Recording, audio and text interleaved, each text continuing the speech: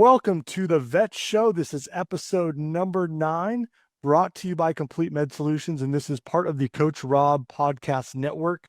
Coach Robb, good afternoon, good morning. It's good to see your beautiful face today. Hey man, the feelings are mutual. It's a little bit of a wet, dark day here in Florida.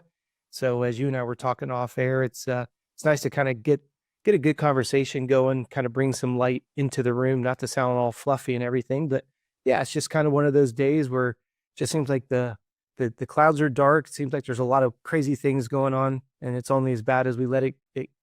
It only becomes as bad as we let it. So I'm really looking forward to our conversation today. For a multitude of reasons, and hopefully we'll have time to get into all of them. Yeah, no, this is going to be good. You know me, this is this one, Coach, I've been looking forward to for a long time, not because so much the topic, which I'm excited about the topic too, right? But every show we highlight whatever rider that is for that number episode. And last month we kind of teased it that we were on number 8, and then next month was going to be number 9, and here we are, Coach, episode number 9. There in my heart, there's only one and only number 9, and that is Adam Cianciarulo. I would agree. You have a lot of AC stars. See, Coach, I wore my AC shirt today. I did. I've got my AC jersey in the background. There you go. I told you I'm excited about this one. So, and I told you, I said, I want to hear your best AC story. Oh, there's a couple really good ones, and for the sake of time, I want to make sure I'll get them both across, and I'll probably put a couple of them in some abbreviated form to show you the grit and determination, of AC as an athlete. When I first had the privilege to meet and start working with AC, it was through Ronnie Tishner. If you guys remember Ronnie Tishner, Factory Suzuki, one of the Coast champions, Japan champion, the whole 9 yards. And Ronnie at the time was working with AC, Ian Treadle, and Ashley Feilich. And so I get a chance to meet with AC and get a chance to start doing some work with him. Well, pardon me, at the time that AC and I met, he was working with Zach Commons and with Zach Freeberg and John Ames. And they had a little training camp that was going on here at Waldo in the center of Florida.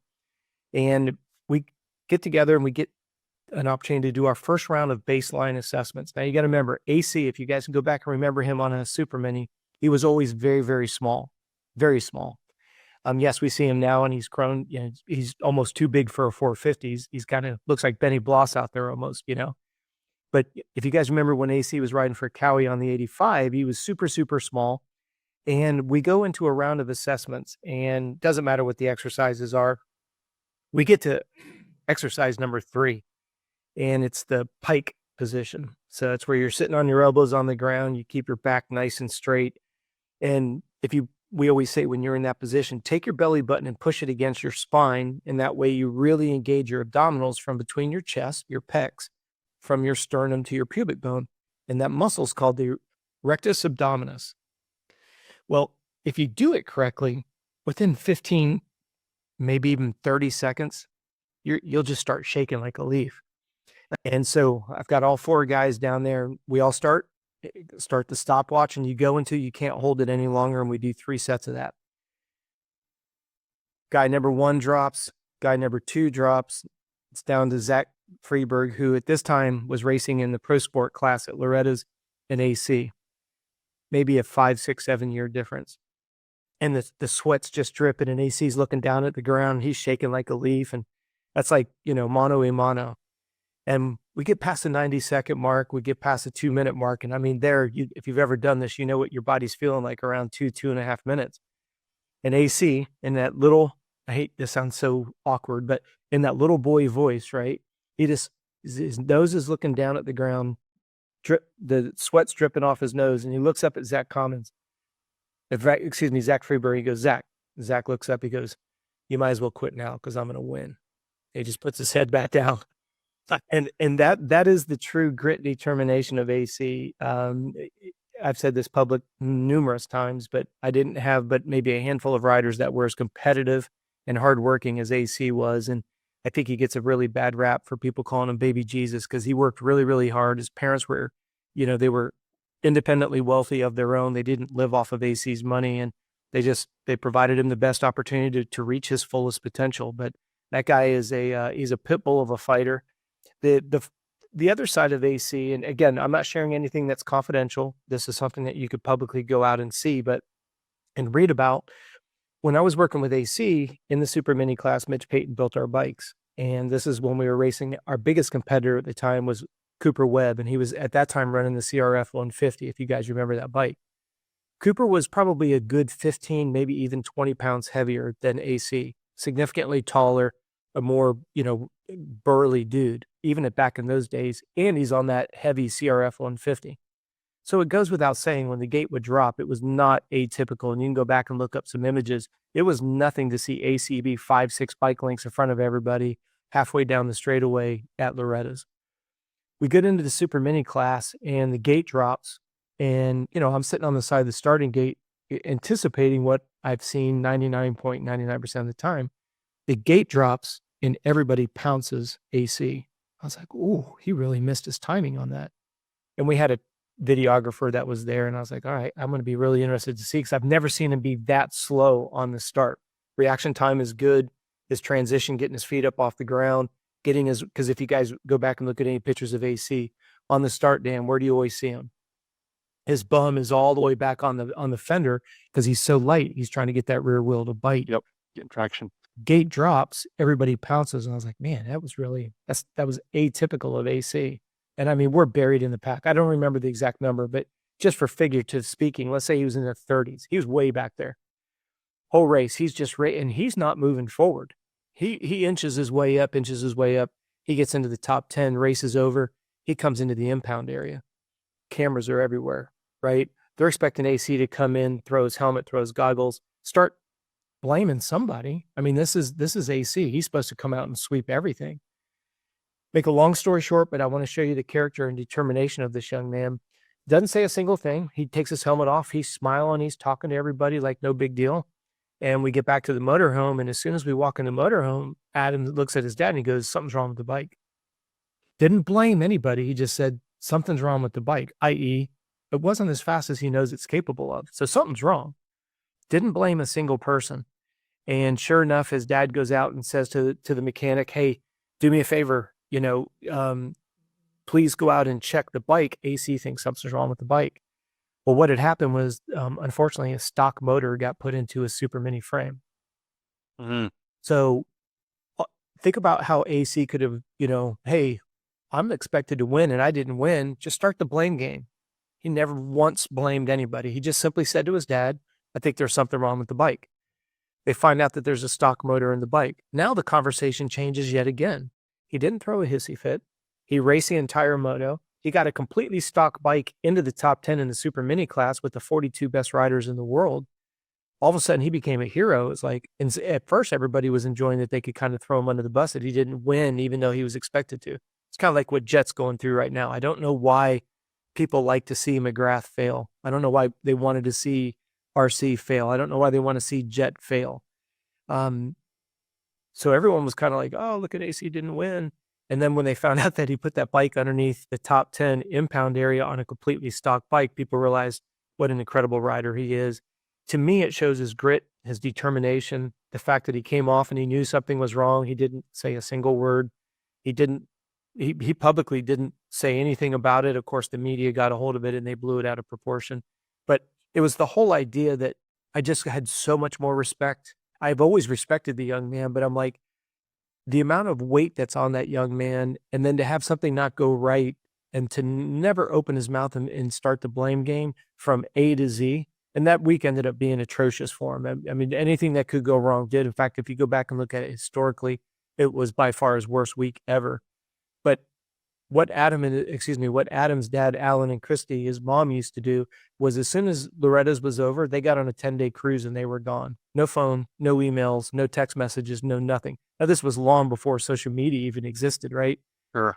But AC's dad, and my point being is, even though the wheels fell off the bus, it was business as usual. They treated it just like they'd gone and won all the classes that they were supposed to. And I hope that resonates with the listeners, what kind of a man, at such a young age, because I think everybody would agree, AC had to grow up pretty quick. The things that he got opportunities, whether, Dan, I don't know if you saw it, AC showing that one picture where he was doing a photo shoot. And here he is, this little, or no, excuse me, that was actually Ian Treadle. That photo shoot where, Ian had posted that he was doing a photo shoot for, I think, DC Shoes or Etnies or whatever. And behind him was McGrath and Villapoto. These at that time, Ian's still on an 85 and he's up here doing a photo shoot with some big dogs, and AC Yeah. being a big DC guy. And I think Villapoto DC at that time. Yep. Yeah. So it's just AC had to grow up very quickly. He grew up underneath the eye. Reminds me a lot of what Hayden Deegan is going through right now. And let's face it, both AC and Deegan have done a good job of not cracking under the pressure. If anything, they've kind of fed off of it. But those are my two concise, just to show the integrity of a young man. I love Adam's dad, Alan. I love his mom, Christy. Salt of the earth people. Like I said, they didn't live off of AC's winnings. They just wanted to give him every chance he could get. And wonderful man, wonderful family. And I do miss him already. I don't know about you. No, it's I do. It's not the same without him there for sure. Yeah. I had the opportunity to, and this is actually a great segue into our topic today too, because AC's character, like you said, he never made excuses, right? He was always positive, way more positive than I think most of us would be. I mean, he had some very challenging years towards the end there where he wasn't getting the results that he wanted to get, obviously. It was widely known that he had issues with the arm, but he just really never talked about it. He just went out there, did his absolute best, and that was all he could do, and he was always positive, which I liked. But I think it's cool because you got to see AC and work with Alan and his family growing up and, developing Adam. And then I got the opportunity to sit next to Alan at Adam's last race in Salt Lake City, his last Supercross. And that was a pretty special moment for me. I was actually sitting in seat number 9 because I was in the press box and seat 9 was open. And I said, well, I'm going to sit in seat 9, of course. Yep. There was no room for Alan to sit down. And I ended up giving Alan my seat and he said, no, that's okay. And I said, no, Alan, I insist you have to take this seat. And I pointed to the number 9 and he broke down in tears and it was a really cool moment. But, that's so cool. So cool. But that leads us into the topic today is what have you done since the last pod? And we talked about, the frustrations that we all face. And, I'll be honest, coach, it's the weather's been crappy around here. It's been windy. It's been rainy. We haven't gotten a chance to do a lot of riding. It's just depressing. And then you get everything that's going on in everybody's lives. I've got a lot going on in my life. It could be quite depressing. And you have to stop sometimes and check yourself and say, hey, what have I done? What have I done to move forward? Or what have I done to meet those frustrations or goals? We talked a lot about goals, and maybe goals are not such a great thing. We should really work on the frustrations because we'll have some of the same types of goals, right?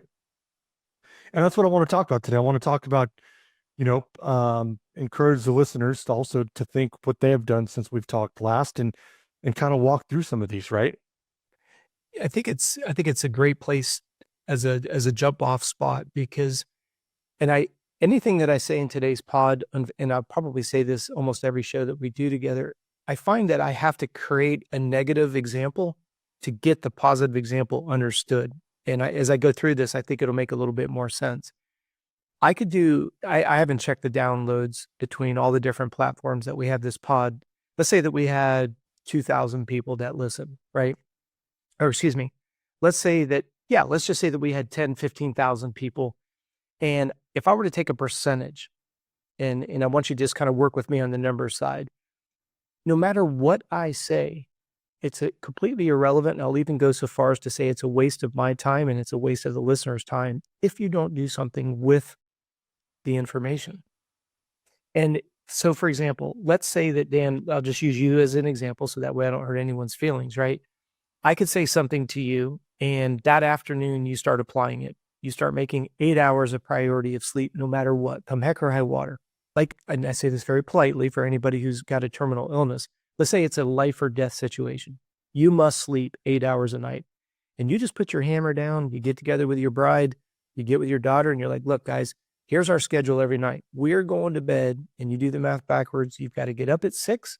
You know you're going to bed at 10. Come heck or high water, no matter, no exceptions. Well, you did that on day number 1. Somebody else will hear it, and they'll start a week from now. So you've already 7x'd. You've already gotten a head start. You've 7x'd the person who started next week. And then the third person, he or she starts a month from now. Now you've 30x'd that person. Depending on when you hear this podcast, you wait 6 months. You heard it. You didn't do anything for 6 months. You just got 360x, right? So I guess it'd be 180, 30 times 6 months. My point is this, and I say this as lovingly and compassionately as I possibly can. You've got to start with something. I say to my coaches, I say to all my athletes all the time, if you do all of the work and the outcome doesn't get us what we wanted because of outstanding circumstances, just be proud of the work that you did. Now, unfortunately, what I'm about to say is going to sound like a textbook cliche, right? You can't, and I want to be very, I don't know, Dan, it's our show. We'll say it the way we say it or the way we think it. And if we offend anybody, again, we'll apologize up front. But I just think motivation's a bunch of bullshit. If you wait until you're motivated, the motivation comes and goes like the wind. What I want you guys, if you're taking notes, write the word discipline down. Get disciplined, right? If you want to be wealthier, you want to be leaner, you want to be faster, you want to have a better relationship, you want to enjoy your job, whatever it may be, get disciplined, because the best athletes in the world, they do it when they don't want to do it. That's why motivation, motivation, right? If you wait till you're motivated, you're tired, you're hungry, you're exhausted, your kids are growing up. They're no longer teething at 18 months old. Now they've got math problems. Then they've got girlfriend and boyfriend problems. Then they've got car problems. Then they've got college problems. They're not going away. Now, again, see how I have to paint a negative picture? And everyone's like, oh, yeah, I get it, man. I can relate. I get it. All right, pump the brakes. What are we on a fast track to? What are we in a hurry to? And again, it's going to sound a little bit nebulous when I make that comment, but we all end up in the same place, dead. And my experience has been doing this going on 39 years as we get into the new year. It's just astounding to me. It's like everybody's in a hurry. And then I go, for what? Hurry up for what? When they say, I want to be wealthy, they don't say they want to be wealthy. They say, I want to be a millionaire. Well, what if you have $100 in the bank? Being a millionaire from $100 to where you're at is a very, very, very big gap. Now, we've even talked about it in previous shows. Take whatever money you're making right now per year. Let's just use $1 million, Dan, because it's a number most people can resonate with, right? If you're making 50 grand a year and your goal is to make $1 million a year, the cost of not knowing how to do that is costing you $950,000 a year. The difference between what you know and what you don't know is the opportunity cost of bridging that gap. All we did in the last call was a webinar podcast here together was talk about the idea that 99.99% of our listeners are exhausted, physically, emotionally, mentally exhausted. The older you get, the worse it gets. Now, again, if you're new to our podcast, this is not a Debbie Downer podcast, but we do live in the real world. Dan, you and I say it all the time. Neither one of us live in a glass house. No. We have the same 24 hours. We have the same growing family. And that's what I want to make sure that the listeners understand. What I want people to ask themselves from the last podcast is, what have you done? If you're tired, what have you put in place to try to curb that? If you were living on 500-600 calories in caffeine and nicotine, how much have you done to bridge that to get your energy levels back up naturally? If you know that you've got adrenal fatigue issues, what have you done in the last 4 weeks since our last show? And Dan, I think that's the most important part is just start. Start with something today. And again, I don't want this to be like we have to hug each other and sing Kumbaya now. No, well, I mean, that's just the reality, right? We're all older folks, right? And when I say older, this is the vet show, right? So we're going to say 30 plus. Yes. And so we've got a lot going on in our lives, right? We're not professional motocross riders and racers at this point, right? We ride for fun, generally hit some races, things like that, right? But we're not making money racing motocross, the vast majority of us. Right. Have a lot going on in our lives, families, businesses, work, stresses from God only knows what. it can be very overwhelming. We all have the same goals, right? We all, as a vet rider, we want to be fit. We want to make sure that we're eating nutritious foods. We want to go faster. We want to ride safer. Well, that have the same gist of goals, but it really boils down to what each individual frustration that we have is. And they're probably a lot of them, coach, are probably a lot of them the same, to be quite honest with you. But it could be overwhelming because at this age, we have so much going on. I get overwhelmed. It's because I have so many things going on in my life. It's like, man, where do I start? Or it's like, hey, I know I need to go to the gym morning. I need to meal prep on Sunday night for 7 days. I got to do this, right? But God forbid you like miss something or you skip something or whatever. I'll just be transparent. I tend to take that as a failure. Like, well, if I miss something, then I'll start everything again next week instead of just picking up the things that I didn't miss and running with them, right? And so I think that's what's important for our age group is don't overwhelm yourself. Pick one or two things and work on those until you get those down. Once you get those down, you have that sense of accomplishment. I find it much easier to move on to the next thing, right? Now, some of us have more deeper goals or more in-depth goals. Like, hey, I'm going to race Daytona Amateur Day in March, and these are my expectations.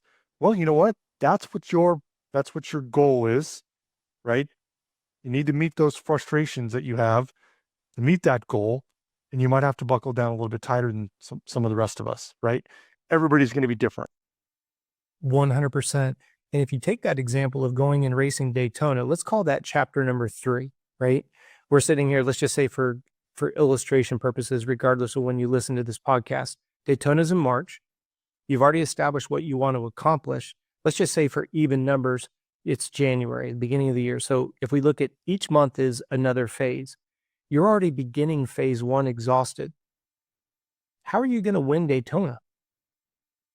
And again, I'm going to put one more caveat. I'm not being Debbie Downer, but we do have to look at it realistically.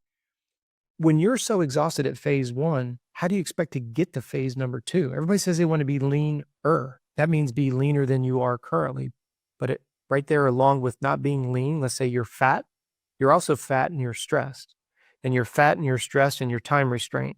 And you're fat and stressed in a bad relationship. And you're fat and stressed and hate your job. And you're fat and you're stressed. You see what I'm saying? You're looking, phase 1 can't even get off the ground because it's just everything's working against you. And you're so, especially for our listeners who tend to be very results oriented, we love, like you said, Dan, clicking that little checkbox. I did it. We get that little dopamine hit that goes, yes, accomplished. We did that. When you see less and less of them, you've got 20 things on your to-do list and you only get one. You don't really get excited about the one you did. You focus on the 19 that you didn't get to. Yeah. For the lion's share of the men that listen to this show, right? We're supposed to be the anchor. We're supposed to be the cornerstone. We're the one that our partner comes to us. They rely on us. Our children come to us. They rely on us. Whether you own a company and all your employees come to you, or your boss or your supervisor or your subordinates at work, they come to you to solve the problems. Where do you go when you're tired, frustrated, like you say, overwhelmed with the to-do list? There's no place for men to be able to go out there and say, look, I just want to scream, cry, cuss, throw something, or just laugh and have a beer. There's no time. I got to go. I'd love to do that. And this is where I want to come back to the thread of thought that I've said here on the show previously. If you woke up independently wealthy tomorrow, now again, don't roll your eyes at me, guys. Don't roll your eyes. Stick with us. If you woke up independently wealthy, stop and think about that. Because and Dan, I've even challenged you on this off the air, right? There'll be people that will tell me they don't like their job. And then when I say, well, what do you want your job to be? I don't know. I just don't like my job. Well, okay. I don't like my relationship. Right? If you were single, what would you be looking for in a relationship? I don't know. Okay. Well, that doesn't solve the problem, right? I want you to think about if you truly did not have to get up and go to work tomorrow as idealistic as that sounds, what would you eat? If I put $100 million in your bank account tomorrow, what would you eat tomorrow? What would you wear? Who would you hang out with? What would you do with the time that you have? Because you don't have to go to work. And as idealistic as that sounds, take and compare that to your yesterday and how much of a disparity is there. Let me set the tone on, hopefully this will make a little bit more relevant sense. If you're Eli Tomac, does very well for himself on an annual basis, let's just say for even numbers, and what is it? If you make 1.2 million a year, that's 100 grand a month. Let's just call that 25,000 a week, right? So let's double that. Let's say Tomac's making 2.4 million, right? So that's 200 grand a month. Tomac wakes up in the morning, and I've just recently talked about this on another podcast. If Tomac wakes up in the morning, on average, he's going to work out 2 hours a day, whether that's all moto seat time or a little bit of combination, or maybe just all cross training. But for good numbers, let's say he works out 2 hours a day. He now has 22 hours in a day to sleep, eat, be with his daughters, be with his wife, go fishing, go hunting, go grocery shopping, go to the movies, go get a massage, go get a chiropractic adjustment. Now let's go to our typical listener. We go and ride because we love to ride. We have to displace positive cash flow. That's the opportunity cost of time to go ride. We have to spend money to go ride. We have to work on our bikes for the most part for most of us. We have to drive to the track. We have to unload, get dressed. We have to pay for the fuel. We have to pay to practice. We do all the stuff that we do. Now we've got all that extra load on our body, which we love it. We absolutely love it. So now let's just say we get, an hour on the body. Well, you come home, you still have to clean your bike, still have to drive home, have to unload, clean your bike, do everything that you've got to do. And your bills are still sitting on your desk. Your wife is still at home wondering when you're getting home. Your daughter wants to go to the playground. Now, again, Tomac has 22 hours in his day to get 10 hours of sleep. So now he's up to 12 hours. He has 12 hours a day to rest, recover, and be with his family. What does our typical listener get? If they do go ride, let's say that everybody that listened to the show did a great job. Since our last podcast, they're getting 8 hours of sleep no matter what. They've made their eating a priority. Remember, we started with sleep and then we started with food. When you're going to buy, when you're going to cook and prep, when you're going to pack and actually sit down and eat. I know people laugh at me. If you don't put it in your schedule, it isn't going to happen. So let's say at the end of the day, our listener goes back and blocks out 8 hours, blocks out all those times to eat breakfast, lunch, dinner, snacks, goes to work for 8 to 10 hours. Now let's do the math backwards. Our listener does a great job, sleeps 8 hours. He or she works 10 hours. There's 18 hours out of the 24 where Tomac gets to work out for 2 hours and has 22 to do everything that we're trying to get done in about an hour a day. And we wonder why we're overwhelmed. I'm going to say this, and not as a life coach, but I say this to my coaches all the time. The very first thing I encourage my coaches to do is get your cost of living to as low as possible. Yeah. Get your cost of living as low as you can possibly be. Why?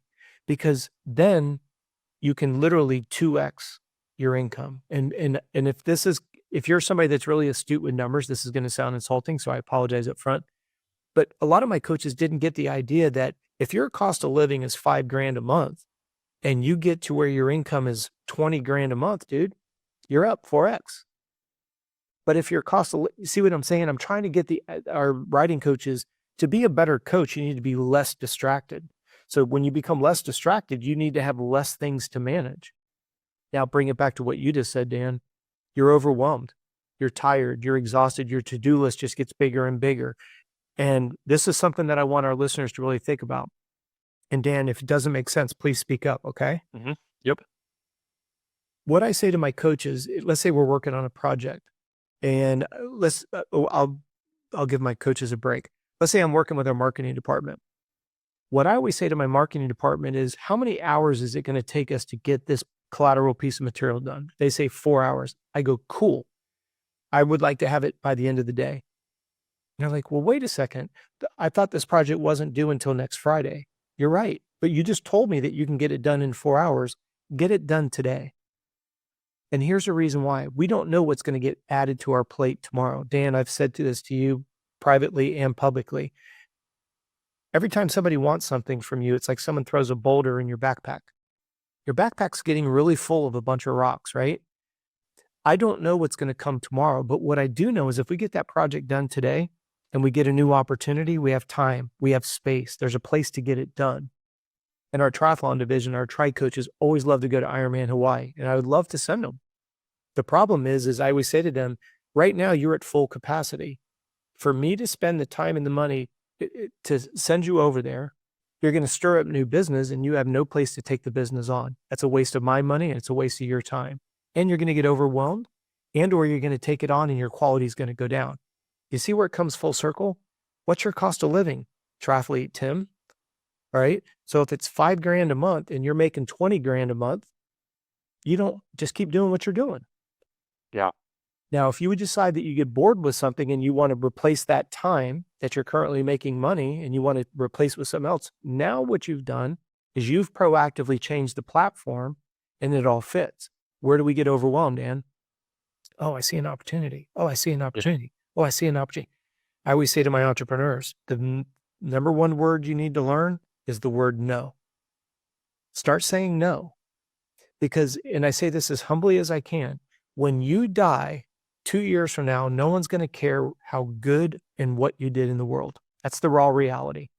No one's going to care as a family. Now, again, that sounds really, really harsh, but the reality of it is when we die, we're going to get a couple years of, oh, that was awesome. He or she was a great person. They did a lot, but people are going to move on. Yeah. And if you prematurely just run yourself into the ground because we're always in a hurry and we're always chasing the next big thing and the thing that we're chasing is way beyond our reach, realistically, it's not unattainable. It's just the timeline that you've appropriated to it is unfortunately too short and the goal is too big and we're spreading ourselves too thin. Not to get on the life coach side of things, but that's why I always say, be careful of distractions and set yourself up. It's what I call commitment. And if you're taking notes, write the word commitment down. And when you say you're committed to something, that means that you've eliminated all alternatives. Like literally, it is a do or die situation. And unfortunately, the most successful people in the world, that's what they've done. They've learned to say no. They control their schedule. They've prioritized what's important to them. Now, again, Dan, you've got a wife, you've got a daughter. We're not saying that you completely disown them, but what good are you to them if you're grumpy, short-tempered, overweight, relying on stimulants to get out of bed every morning? They end up feeling the wrath of that because you're not anything good for yourself. You aren't going to be anything good for them. And that's where it comes back to, like you said, frustrations are the number one thing to stay focused on. Why am I relying on nicotine and caffeine? Because I'm sleeping 4 hours a night. I understand. I've been there. I've done it. It's one of the worst stages of my life, just being physically exhausted. I'll self-confess, Dan. I was, my 2 little boys at home. And at this time, we didn't have the online business the way that we did. I mean, I was excited when the fax machine came out and I could fax a workout over, right? I literally, because we managed the Fleet Feet marathon program here in Orlando. So I would leave my house at 4 a.m. I would get to my destination. I would set the run course up. I had these little real estate signs that I would put out and we'd lay out a 6, 8, 10 miler, depending on what day of the week it was. We did that 5 days a week. When I would leave there, that run was over at 7 a.m. We usually would run between 5 to 6:30, get all the signs up. I own 2 performance facilities, one in Aliqual and one in downtown Winter Park here in Orlando. At 7 a.m., I would show up there and then I would do an indoor, we would take, this like the Wahoo kickers and the stationary trainers. Yeah. I would do a 1-hour class with a group of triathletes and would do that from 7 to 8. And then I would go to the tennis courts and we'd do speed and agility at the local tennis facility with a group of tennis pros. I would do that till about 11:30, 12. Then the kids would get out of school. I'd go to Aliqual and I would do soccer, lacrosse, and I would do that from after school around 3 o'clock until 6. And then I would do personal training in the weight room from 6 to 8. And then I'd go home and I did that 6 days a week.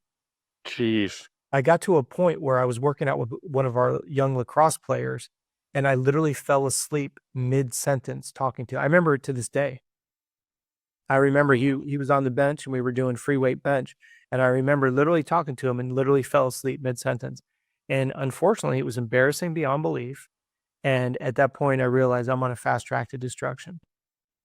Now, do the math backwards, right? We're charging $100 an hour. We're doing 50, 60 hours a week. That's great. But at what cost? Yeah. Now my adrenals are smoked, and not recovering from illnesses and stuff like that.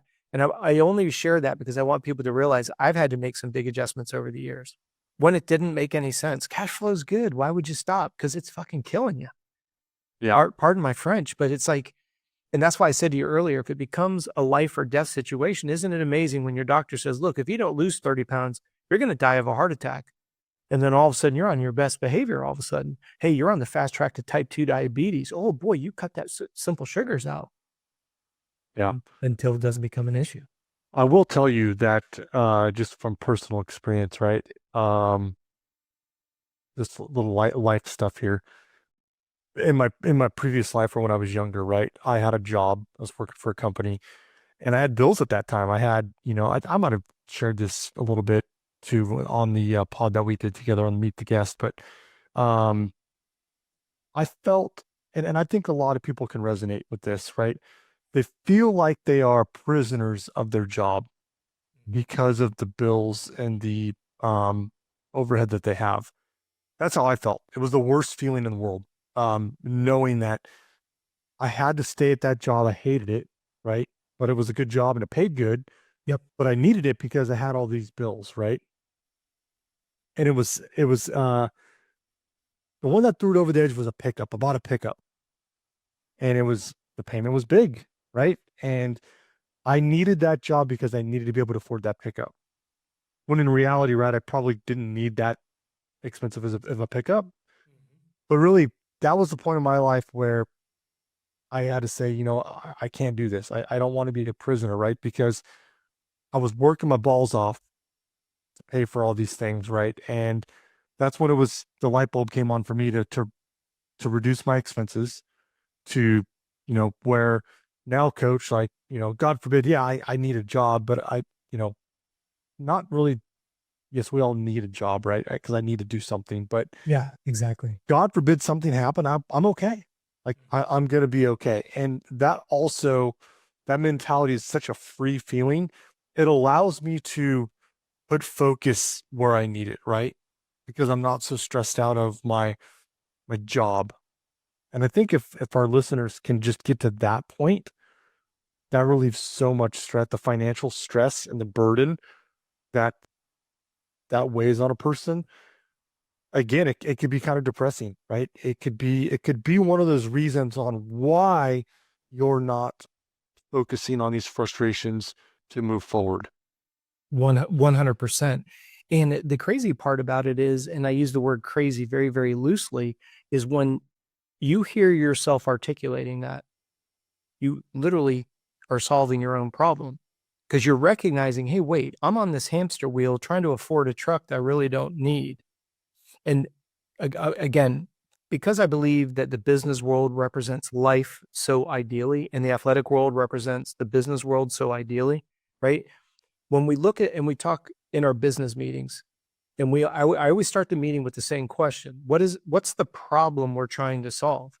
Because if we solve the problem, let's say that I'm going to go in a very 10,000-foot business, so anybody who is listening, it can resonate. If you come to me and you say, hey, Rob, we're having a hard time getting new clients. If we focus on getting new clients, we solve the problem. If retaining clients is a problem, if we focus on customer service and follow-up and we solve the problem, always start with what is the problem. And I know that sounds very elementary. That's why I wanted to go back to our last podcast. If you're telling me you're exhausted, let's solve the exhaustion problem. You'll be exhausted if A, you do too much on the work side, or B, you don't get enough recovery on the other side. That's why I always use the teeter-totter. So let's just solve the problem. Hey, I'm not eating enough food. Eat more food. Hey, I'm not getting enough sleep. Get more sleep. Now, I don't say that flippantly. I realize it takes a lot of work, but remember I said earlier, screw motivation and stay focused on discipline? Discipline starts by, and again, going back to the business world, what I always say to my entrepreneurs is I'm like, okay, you've got a business that's doing okay. And we always say that when a business is doing well, and you, Dan, when you get good at your business and you start to get bored, you need to work harder. And then we could talk about that. It's a whole philosophy associated with, you've got your processes going so well that you're literally becoming bored. Now, this is going to sound a little bit awkward. When you get all of your processes and systems so well polished and so, fine, well-oiled machine, that's when you can scale it and grow it. Now, stick with me and you'll see how it's all tied in here. When somebody says to me, hey, Rob, I'm getting bored with my job, I'm like, dude, step on the gas pedal because you figured it out. You're going into the office every day, not trying to figure out how to grow our business, how to retain clients, how to get more clients, how to decrease our costs, how to increase our efficiencies. You're so bored that you have no problems to solve. That's when you just hammer the throttle and go wide open, scale the shit out of your business. Well, and that's when you become a paycheck collector as well, right? You're just there to collect the paychecks, and that's pretty much it, right? You're not challenging yourself. You're not growing. But the problem is everybody who is results oriented thrives on challenges and problems. And what happens is we become very, very bored. We become bored very quickly. So what happens is somebody who doesn't solve the problem, they get it to a mediocre level of output as a business owner or a manager or whatever. What do? Instead of fixing that last 2% of the problem, they started another one, started another company, started another division. So you have 3 mediocre things that are not well, they're not running very well. And all you've done is increase the amount of stress, and you haven't increased your output. Now, again, that's on the business side, but I want everybody who's listening to this with us today, especially those that listen to our last pod together. When you listen to pod number 8, we're talking about you can't manage time, you can only manage yourself. We talked about the idea that 99% of our listeners are exhausted physically and emotionally. So focus on sleep, focus on food, get hydrated, make you a priority, not based on the snowflake society that we deal with today. You're not worth anything for your children, your partner, or anybody else if you're chronically exhausted. Now, you zoom out to 10,000 feet and we look at that and we go, okay, you've got to start becoming a little bit more selfish, and you've got to that's why I said you've got to become disciplined. When you make that decision that you're going to be leaner, stronger, and faster. How many times, I think we've talked about it once before, but I've mentioned this numerous times on public podcasts. You don't get married and be done. You get married and you work on your marriage. You don't go to the gym once and get fit. You go to the gym over and over and over and over again to get fit and then maintain it. You don't spend less than what you make and then get money accumulated and go, I'm done. You got to keep doing it. You grow you grow your money, you grow your habits. That's why I say discipline is, again, I remember I warned you at the beginning, I don't want to sound like a textbook cliche. Being fat is hard. Staying fit is hard. Being broke is hard. Being wealthy is hard. Choose your hard. Yeah, it is. You're absolutely right. And that's why I always say discipline. If you understand why you're doing it, and again, it sounds selfish, but if you know why you're doing it and you realize you're going to be dead 2 years from now, nobody's going to know what you did. No one's going to really care. But what you know is you accomplished what you set out to do. I know that my family needs me, so I need to be healthy. Healthy means I need to eat good food. And again, I go back to the doctor saying you're going to die if you don't lose 30 pounds. When you hear the word die, all of a sudden the cost benefit weighs and you go, yep, I'm going to start eating better. That's a knee-jerk reaction, which unfortunately has been clinically proven when you work out of a mode of fear is, number one, it's obviously not sustainable because you'll only do it until you appease the doctor and then you go back to your old ways. But not only is it, non-sustainable, it is a miserable environment. And I know there's going to be people that will leave comments below and say, hey, you don't know me. I'm a procrastinator. I work better under pressure. Keep telling yourself that. Keep telling yourself that. Because I can tell you from a blood chemistry standpoint, your cortisol levels are extremely high. Your resting heart rate's extremely high. The overall stress that you're exposing your body to, if you have a Garmin, it will show it to you actually in a numerical number. But here's the key. There's a difference between doing everything proactively.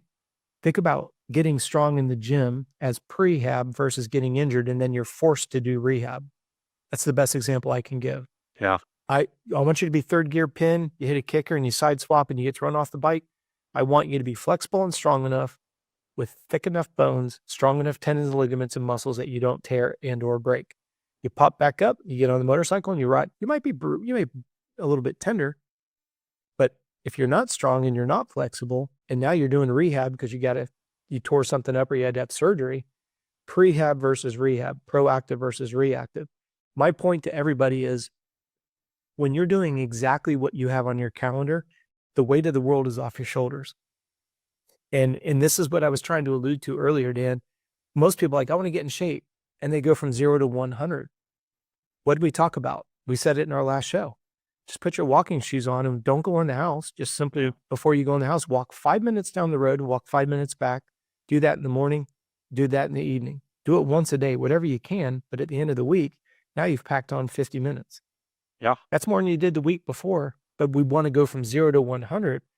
And again, a lot of cliches, but please try not to jump the Grand Canyon. Just jump over the sidewalk. It becomes a habit, right? Because then, you walk 5 minutes and then, you get that under your belt and then you're like, I'll just go for, I'll go for another 5. So then it turns into 10.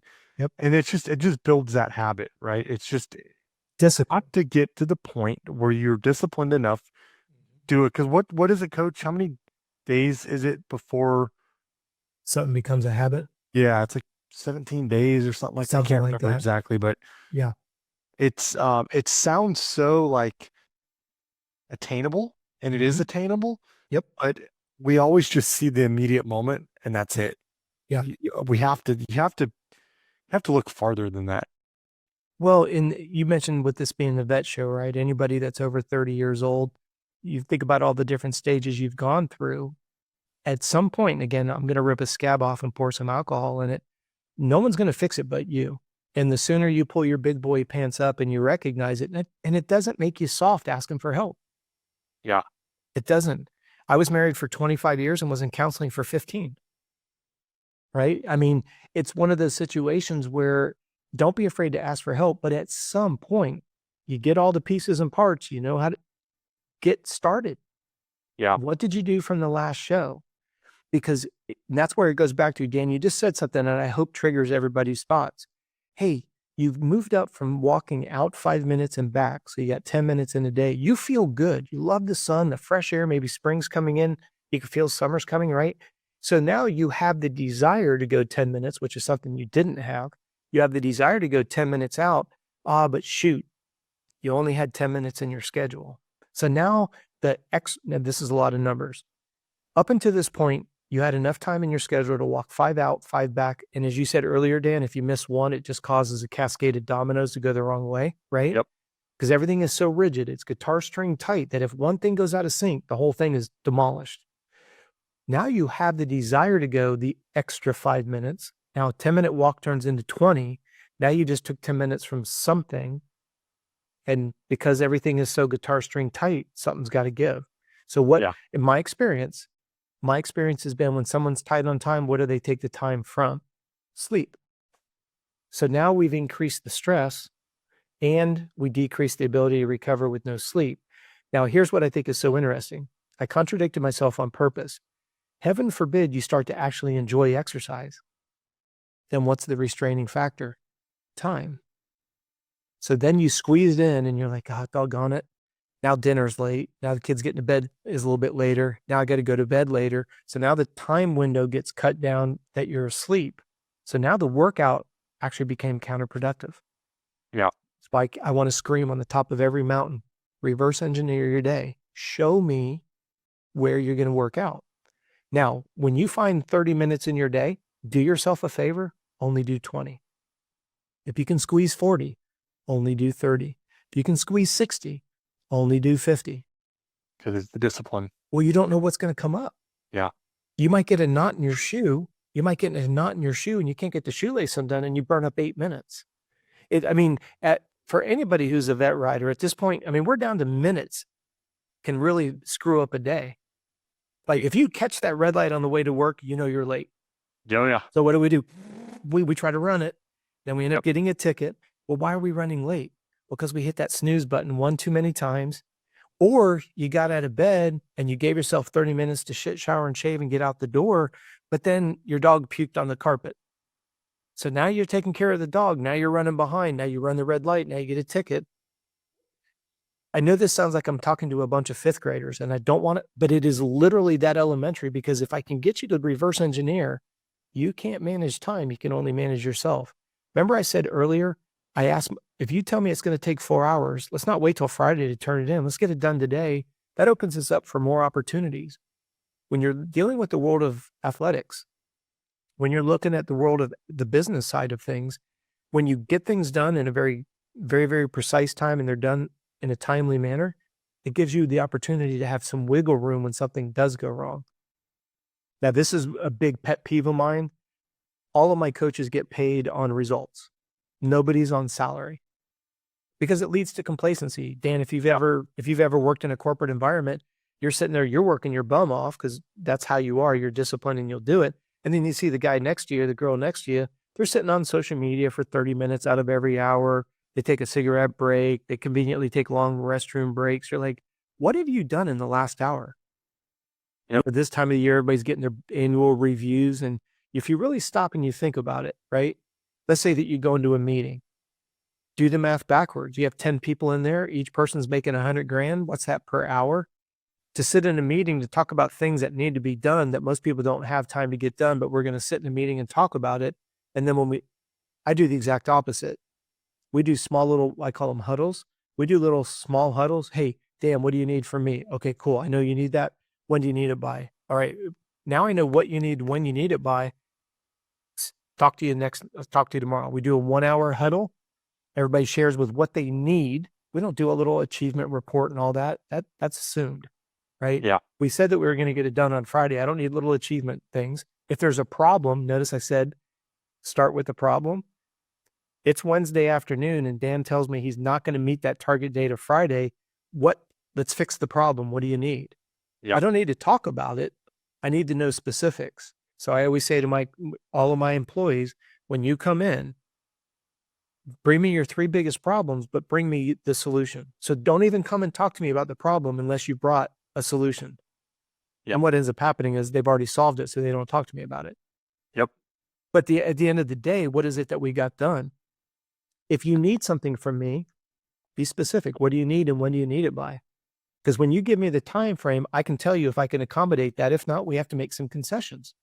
It's not against the world. It's not against the law to move that finish date back unless it's through procrastination and wasting of time. Yeah. But if, like, say we're waiting for something to come in, like right now I've ordered a product that's coming out of the Netherlands, the human performance wearable device. Well, unfortunately, it's caught in customs right now. Well, right now our programmer can't get that into our electronic performance report card because he needs it. We've got to get testing data, collect the data, figure out how we're going to scrape the data. Well, that's pushed it back another 3 weeks. But everything is done that needs to be done up to that point. So we're working on other projects. Now, again, this isn't about how Robb runs his business. I want our listeners, like you said, Dan, you got to have some level of hope. Like, where the hell do I start? Start by sleeping. Start by eating. Block out time for school and work. And then what's left? If you give me 11 minutes a day, we'll take it. We'll use it. Yeah. Well, and It's that simple. I want to highlight one thing, Coach, because we're coming to the end of this show, but Yeah.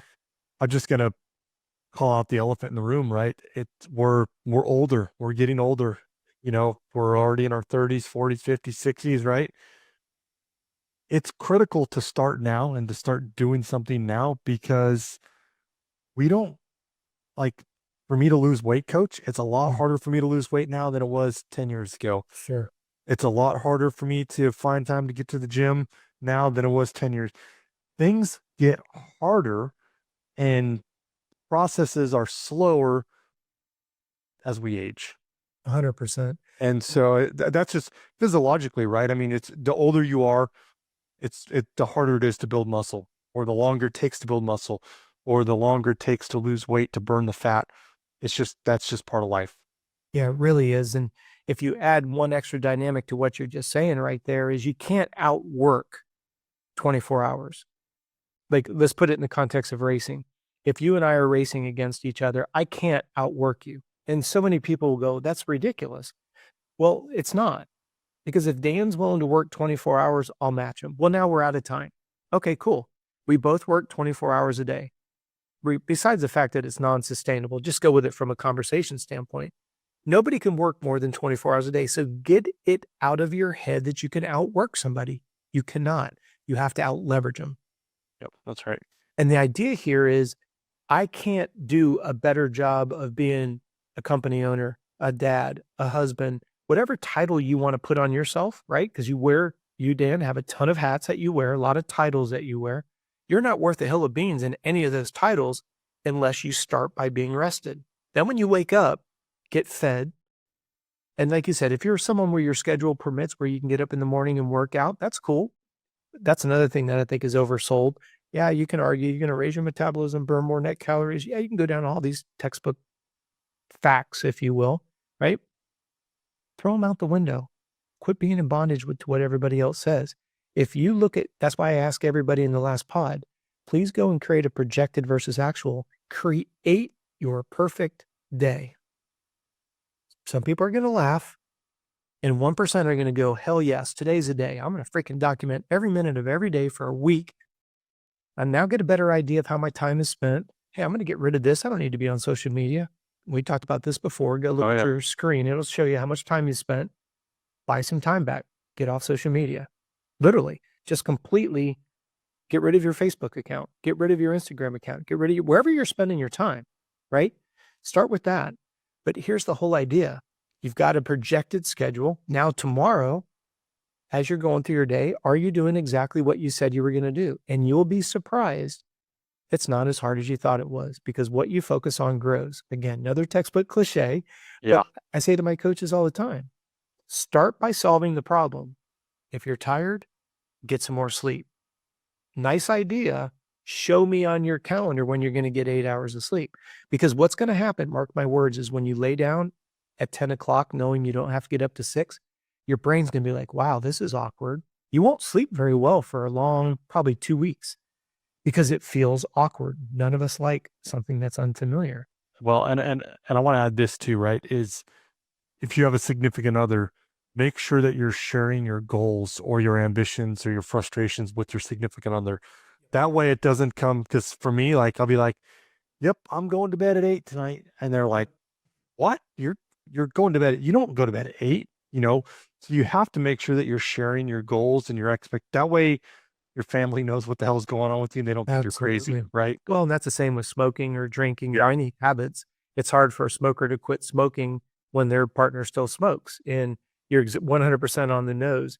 And that's where this becomes so complicated, but it's so simplistic. Focus on what the problem is.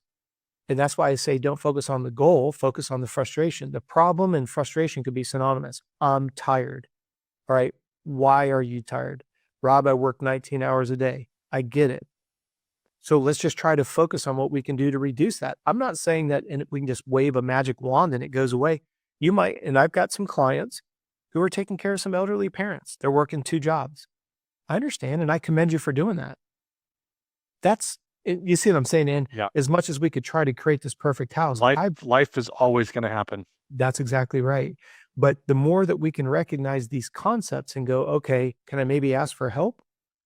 Are there other ways to, unfortunately, sometimes we get so deep entrenched that we kind of lose sight of, hey, wait a second, maybe I can just move my parent into my back of my house, and then I don't have to go to their house and make sure that they're fed and they're showered every night before they go to bed.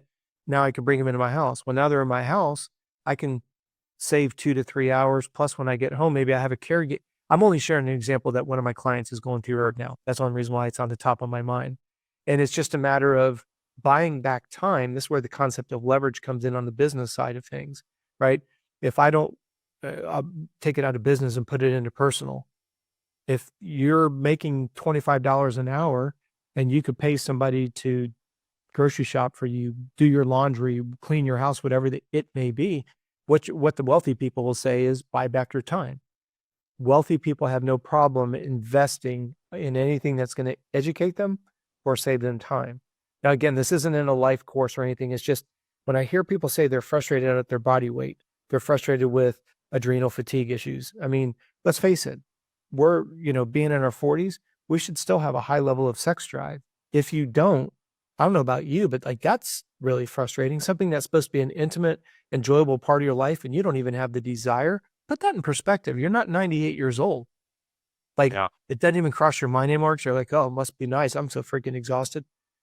As much as we joke about that, put something that should be glued to your relationship is like, oh, it's another pretty big ask. Yeah. You can't even get date night squeezed in there. Even if date night doesn't lead to intimacy, it's like, yeah, it's pretty low on the totem pole. And even if we did, not much would happen, right? Like that Instagram, 9 o'clock is the new midnight, right? I mean, that's what it is for a lot of us. All joking aside, apply that to each and every element. If you're craving simple sugars, if you have night sweats, if you're tired and you can't fall asleep, well, those are 4, including low libido. Those are your top 4 adrenal. How many more of those do you need blinking at you before? Yeah. That's why I say, because it requires a doctor threatening you with your life, that tends to be when people say, hey, I don't want to be a diabetic. Oh, I don't want to be, on some type of medication. Well, you better get your stuff together. Again, not in a non-threatening environment, but just, dude, you're worth it. Yeah. And if you don't do it for yourself, you're not going to be good for anybody. And then what are we rushing for? To die? A die. That's why, and I don't want to end the podcast on a negative note, but if you really step back, put all emotions aside, what in the hell are we doing? We're, WFO, third gear pinned for what? And then we complain about it, do nothing about it. And then we have all these physical ramifications because of the things that we're not willing to address, knowing that we can't manage time. We can only manage ourselves. At the end of the day, your projected schedule should look exactly like your actual, and your actual schedule should look exactly as if you were independently wealthy. Yep. It doesn't come easy, but when you get there, No. and I only say that because getting up at 4 a.m. for almost 25 years, quite honestly, I mean, it's what ruined my marriage. That in taking on a certain professional, that's what cost me my marriage. So that's why I am so adamant about it. I made all the mistakes. I married my high school sweetheart and I took a job working with a pro. I left on Wednesday morning at 4 a.m. I drove, worked with him Wednesday, Thursday, Friday, came home Friday, and I did that for a year. And it cost me my marriage. Yeah. For what? 2 boys that grow up without their dad in the house? Yeah. Not good. Not good.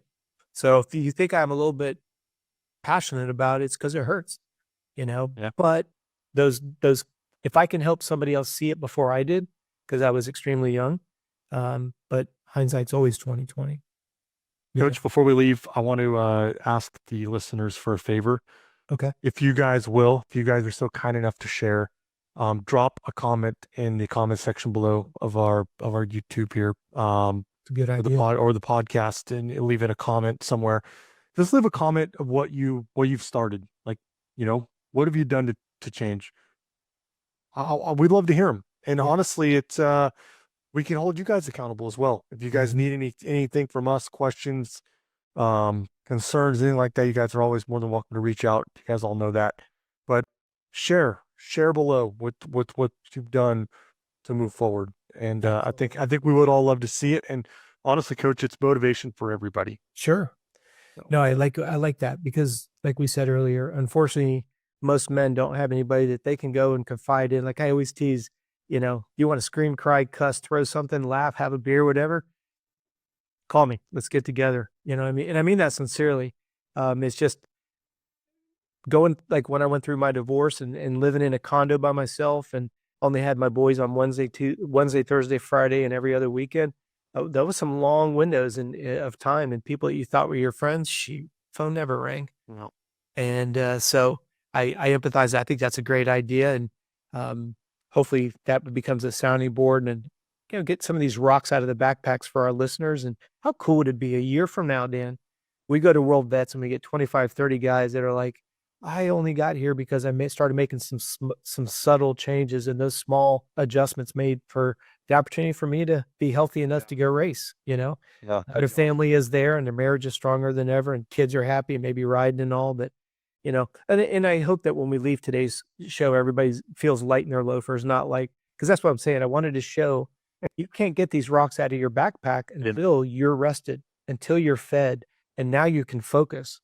If you can just write that down and commit it to memory, be fed, rested, and hydrated, and then you can focus on being leaner, wealthier, better relationship, whatever it may be. Yep. It's a game changer, man. So I appreciate your time. I think that's a brilliant idea. Love it. Well, I appreciate your time. I appreciate all of our listeners. Thank you guys so much again for supporting the show. Make sure you guys like, share, leave those comments below. Specifically on this show, I'm looking forward to seeing everybody's comment. I want to see we want to see everybody's progress and know that you guys are making the changes necessary to reach your goals and to meet your frustrations. And Coach, any parting words? Nope. Just like you said, I want to give a sincere thanks to everybody who's been with us since our first show. The viewership numbers are not just growing, they're exponentially growing, and I'm forever grateful. And Dan, I want to thank you for your time today, and thank you for being a part of the show. It's always an honor to be with you, brother. Before we go, I need one promise out of you. Okay. Show number 92. We have to highlight AC again. That's fair. And Okay. if AC isn't super busy at that time, maybe we'll get him to join us for show number 92. I think we can make that happen. That'd be so cool. So All right. thank you so much. We'll talk soon. Peace.